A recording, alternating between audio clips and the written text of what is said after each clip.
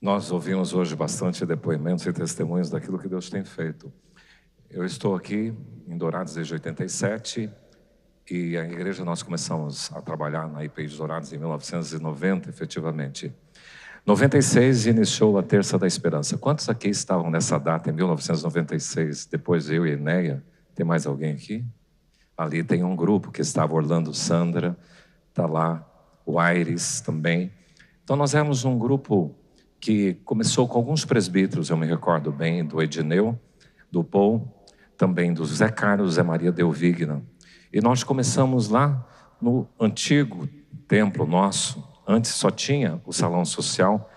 Essa foto aqui desse muro azul ali é o salão social. E nós começamos ali. Depois fomos para o templo 7, foi construído depois. E posteriormente fomos lá na Weimar Torres, no nosso Espaço Esperança, e hoje estamos aqui. Uma coisa bonita que aconteceu é que nós conhecemos um pessoal da primeira IPI de Londrina, o pastor Messias Anacleto Rosa. Ele até hoje é um pastorzão querido, já está com mal de Parkinson, é um pastor muito querido, com uma memória fantástica, um grande pregador do Evangelho. E nós tivemos contato com ele, nós fizemos essa visita na primeira IPI de Londrina, e hoje, inclusive, eles já tinham na época o Espaço Esperança. Então eles tinham culto no Templo Sede, que é esse bonito que vocês estão vendo aí, com vitrais lindos, e o Espaço Esperança de Londrina. E eles faziam toda terça-feira o que eles denominavam de Tarde da Esperança. A Tarde da Esperança era um movimento assim, a maior parte da frequência era de mulheres, e a formatação do culto era de testemunhos, de oração, de campanhas de oração, palavra e louvor, basicamente isso.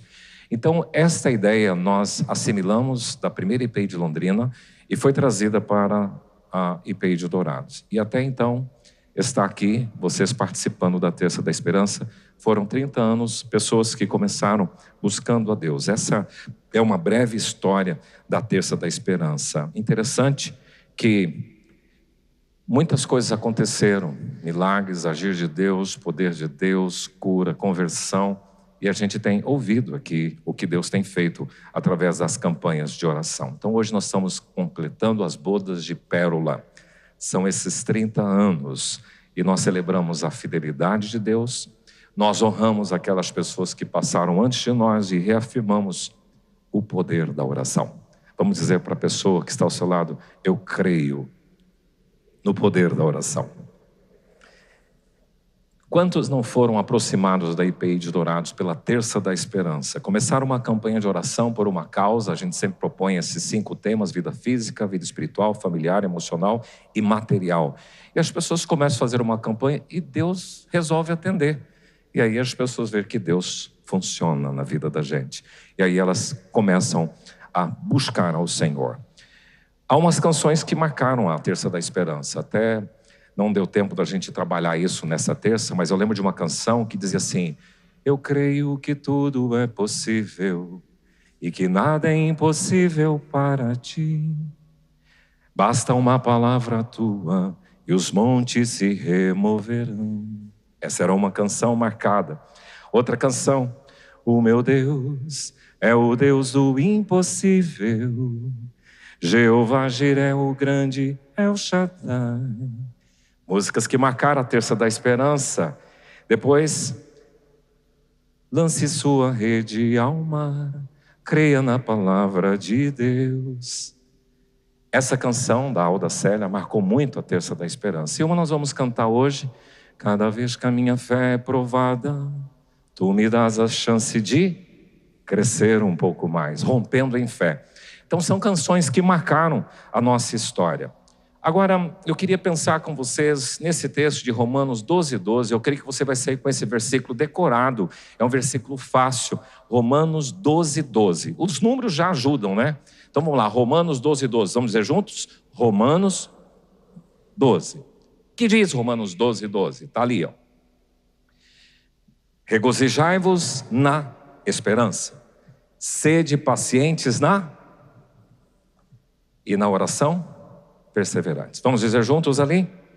Regozijai-vos na esperança. Sede pacientes na tribulação. Na oração perseverantes. Só os homens. regozijai-vos na esperança. Sede pacientes na oração, perseverantes. Romanos. Mulheres.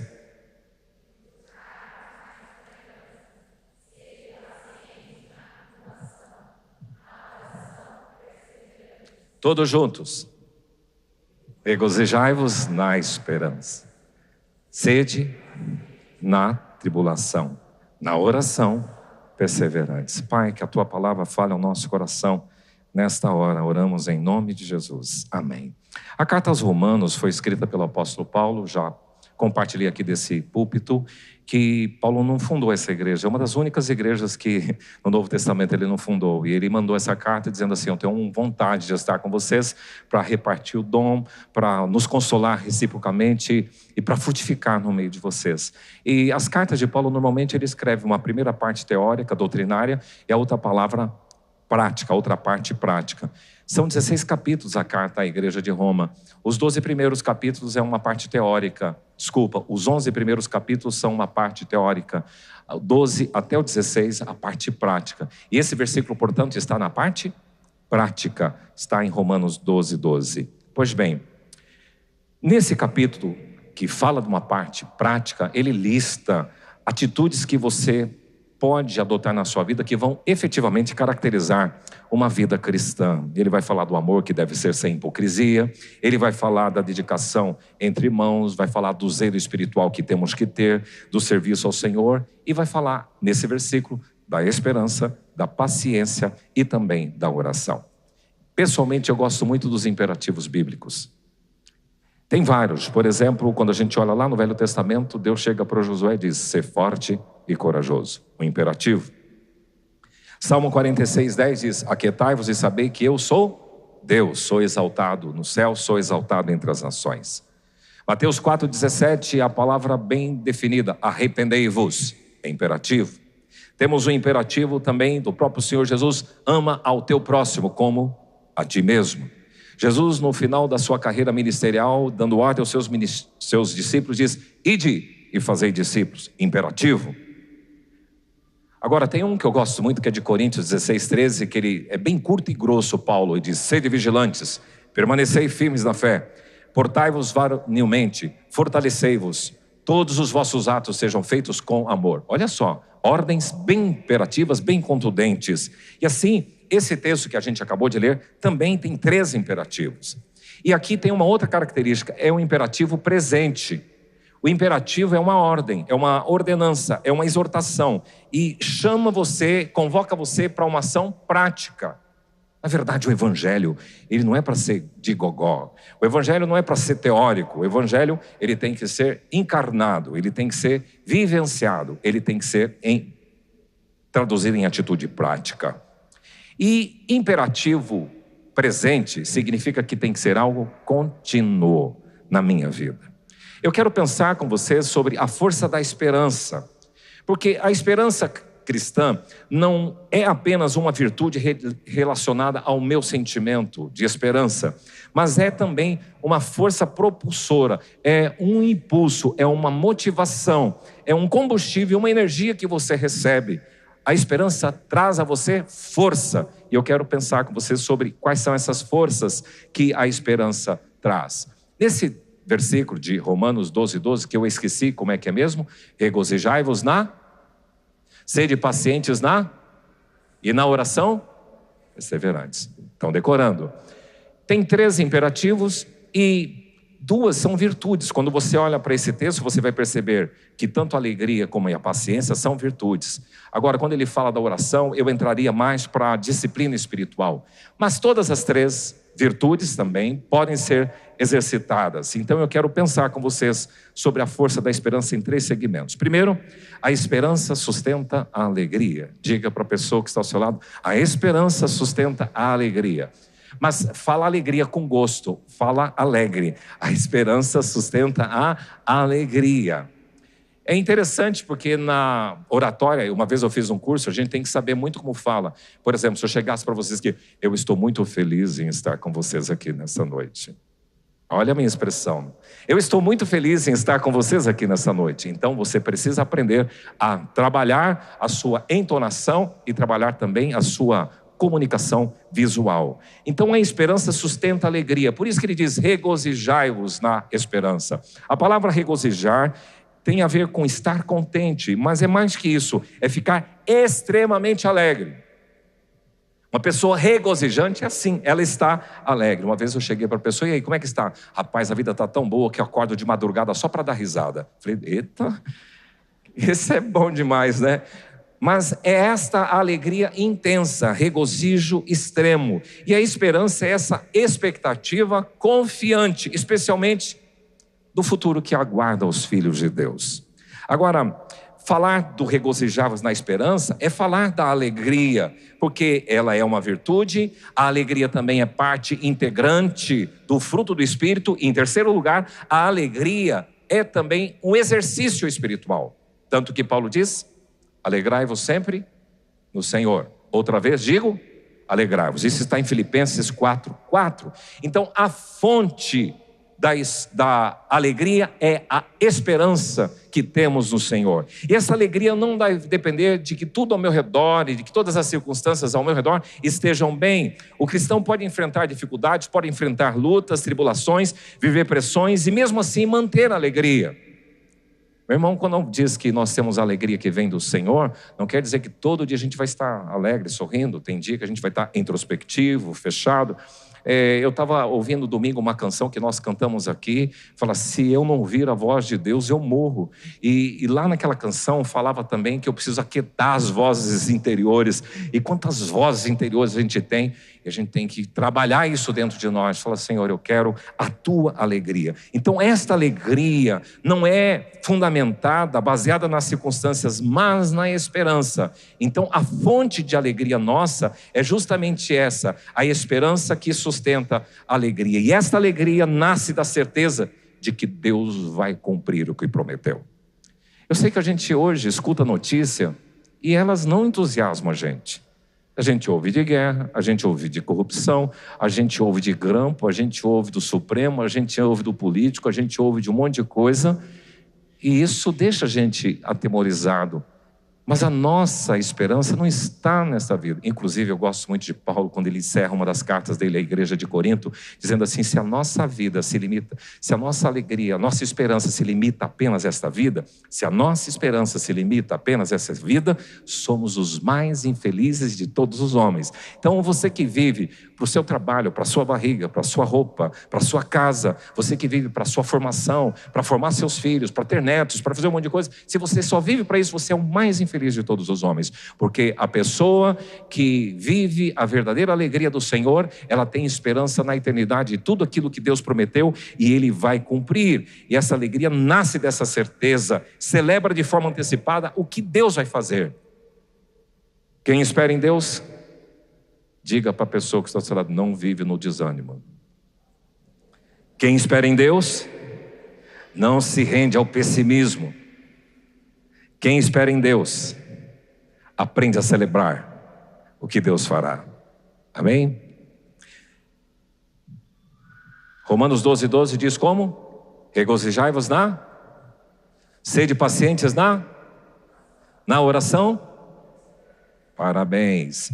Segunda coisa, sobre a fonte da esperança, ou a força da esperança. A esperança fortalece na tribulação. O texto diz isso: sede pacientes na tribulação. A gente vai olhar um pouco essa palavra tribulação, e na língua grega ela é uma composição de duas palavras. Interessante que ela está relacionada com o ato de prensar, de esmagamento, de fazer o azeite, por exemplo, da azeitona, do fruto. E ali você esmaga para que saia o azeite. É a mesma palavra utilizada. Pressionar com firmeza tem a ver com opressão, com aflição, com angústia, com prensa. Isto é a palavra tríplice, que está relacionada com tribulação. E a palavra paciente, ela diz assim, em outras palavras: não se retire, aguarde, não fuja, mantenha-se firme em pé diante da prensa.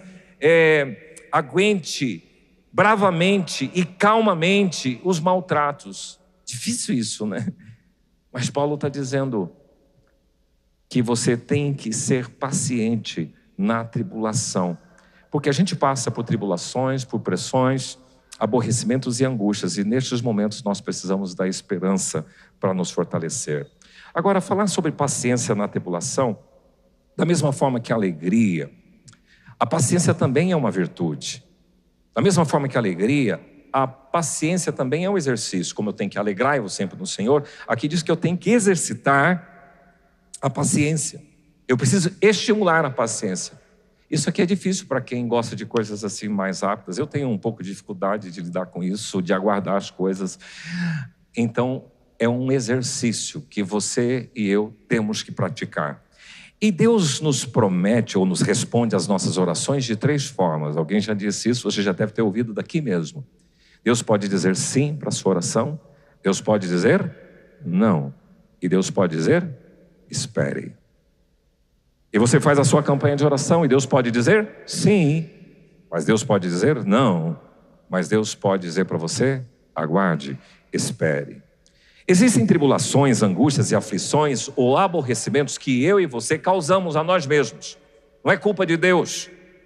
São consequências das nossas próprias ações. E é isso que o profeta Oséias, inclusive, faz menção numa declaração de Deus. Porque semeiam ventos e cegarão tormentas.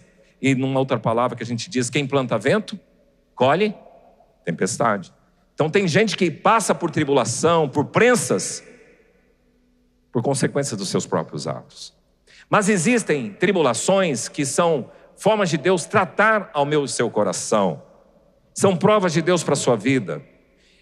Na minha juventude, eu li um devocionário chamado Manancial do Deserto. Alguém conhece esse devocionário? É muito legal. Manancial do Deserto, se um dia você tiver a oportunidade de ler. E eu lia, e eu me recordo de algumas histórias que dizem o seguinte: as madeiras que dão os melhores violinos são aquelas madeiras que vieram das árvores que sofreram muitas intempéries climáticas. Vento, chuva, foi sacolejada, sofreu seca, sofreu tudo. E essas madeiras davam violinos com sons lindíssimos. E ele aplicava isso. Então aquelas vidas que passam por intempéries, por lutas, por dificuldades, Deus está burilando, Deus está tratando, Deus está forjando, Deus está tratando a sua vida para tocar uma linda e suave música e harmonia. Essas tribulações precisam ser enfrentadas com paciência e resignação. Precisamos aprender a respeitar o tempo de Deus e a valorizar o processo. Tem um tempo para as coisas acontecerem.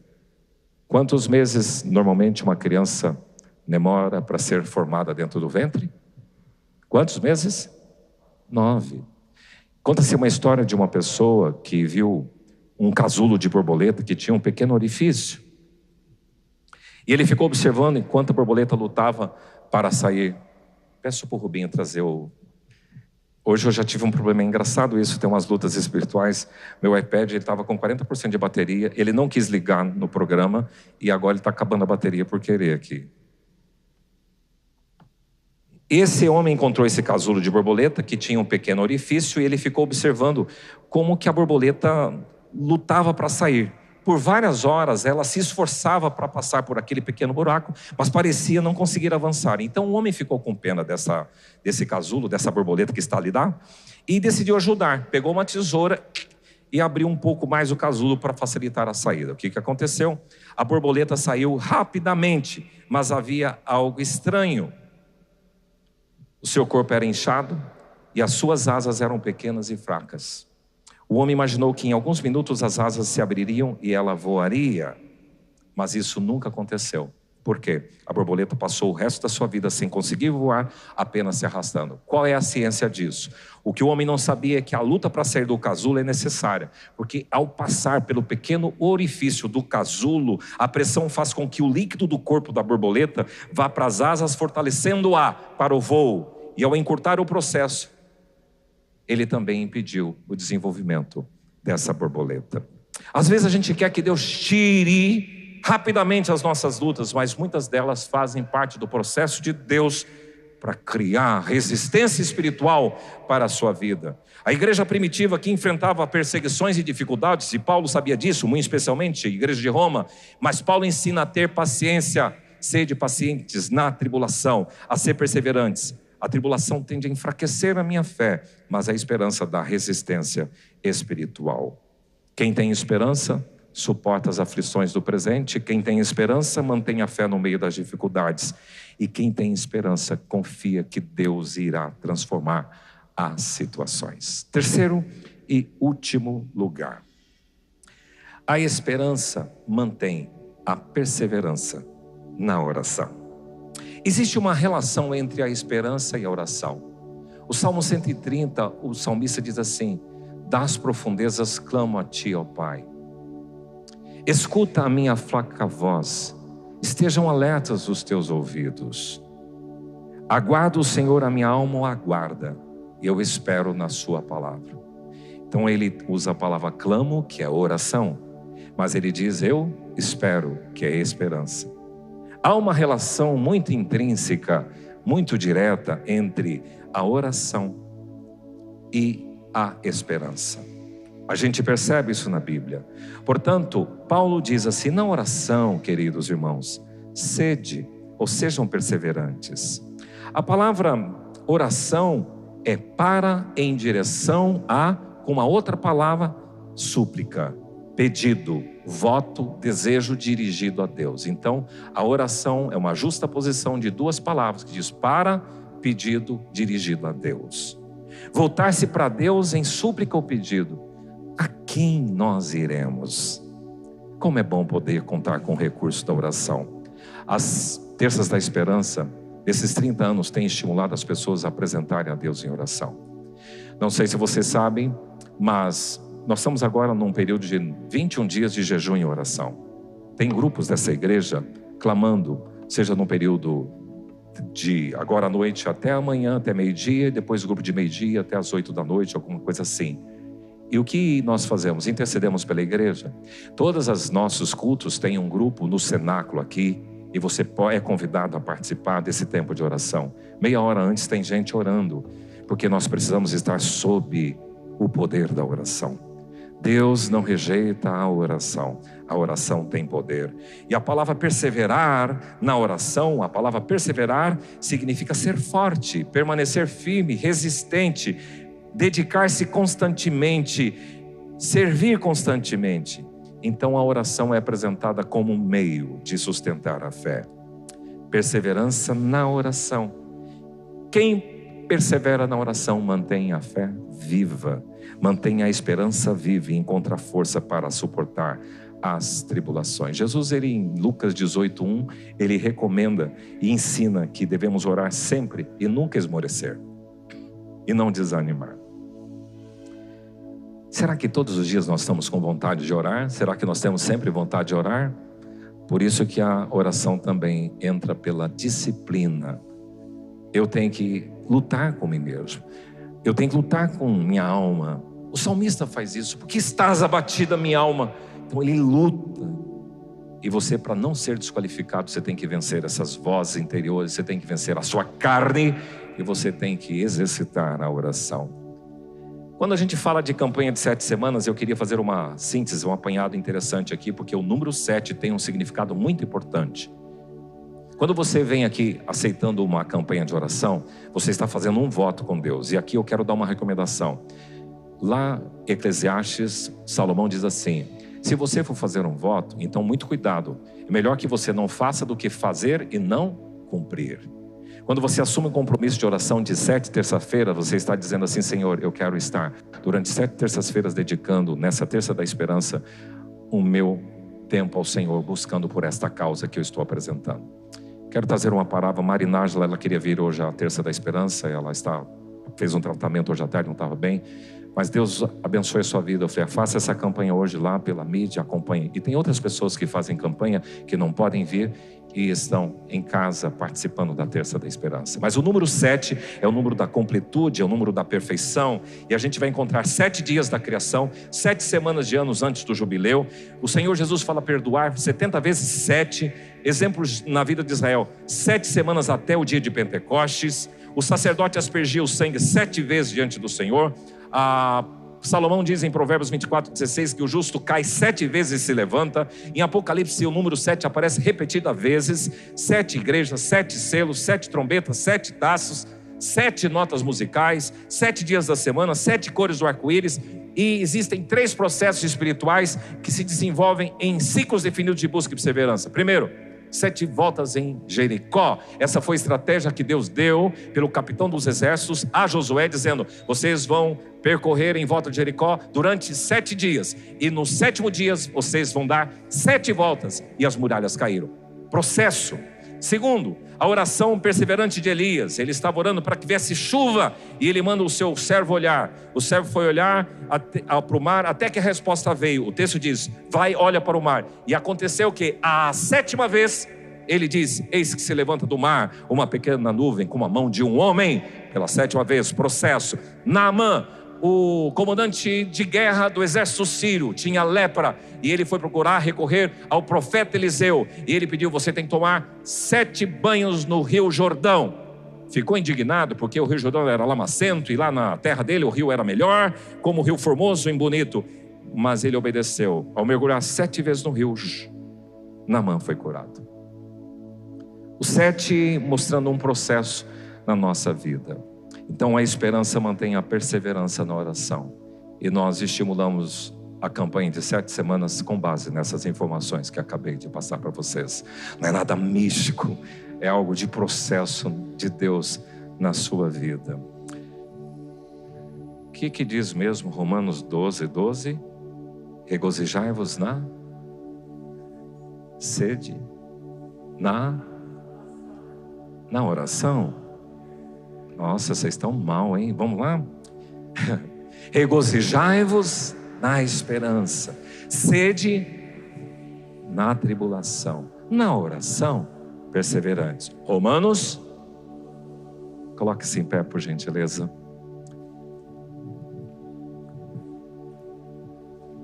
Todos aqueles que de alguma forma já foi abençoado numa terça da esperança, levante a mão. Vamos agradecer a Deus por isso. A obra de Deus.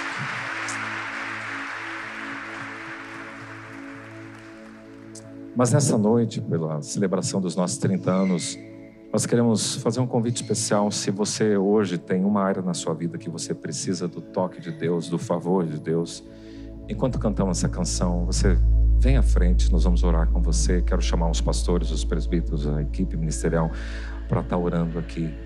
Uma coisa que a gente sempre pediu para que Deus fizesse nas nossas terças da esperança, sabe qual é? Que o mover de Deus esteja aqui. Então que esse Espírito Santo que se move entre nós possa estar aqui. Enquanto cantamos essa canção, se você tem algo, você vai vir aqui, eles vão orar por você e nós vamos crer que Deus irá fazer. Cada vez que a minha fé é provada, Tu me das a chance de crescer um pouco mais. As montanhas e vales, desertos e mares, me agradeço, me levo. Orar impondo as mãos, os pastores, presbíteros, com todos eles. Minhas provações não são maiores que o meu Deus, e não vão me impedir de caminhar. Orar com eles. Se diante de mim não se abrir o mar, Deus vai me fazer andar por sobre as águas, rompendo em fé. Minha vida se revestirá do Teu poder, rompendo em fé.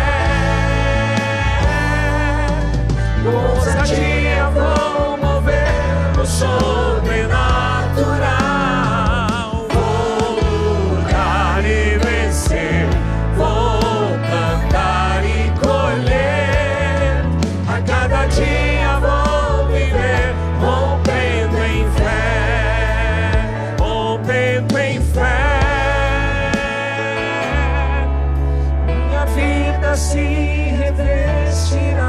do teu poder, rompendo em fé. Ousadia vou mover o sobrenatural. Vou lutar e vencer, vou plantar e colher. A cada dia vou viver, rompendo em fé. Pai, nós queremos isso no meio do teu povo, o mover do Senhor, o Espírito do Senhor agindo, trazendo cura, trazendo soluções, restaurando famílias, convertendo corações, libertando da opressão do mal. Repreendemos toda a força estranha que vem prejudicar, que vem roubar, matar e destruir. Que o teu Espírito permeie esse coração, que o Senhor restaure casamentos, que o Senhor trate famílias, que o Senhor possa trazer alegria, regozijo nesses corações. Nós assim abençoamos os teus filhos e o fazemos em nome de Jesus, e todo o teu povo diz amém. Deus seja louvado.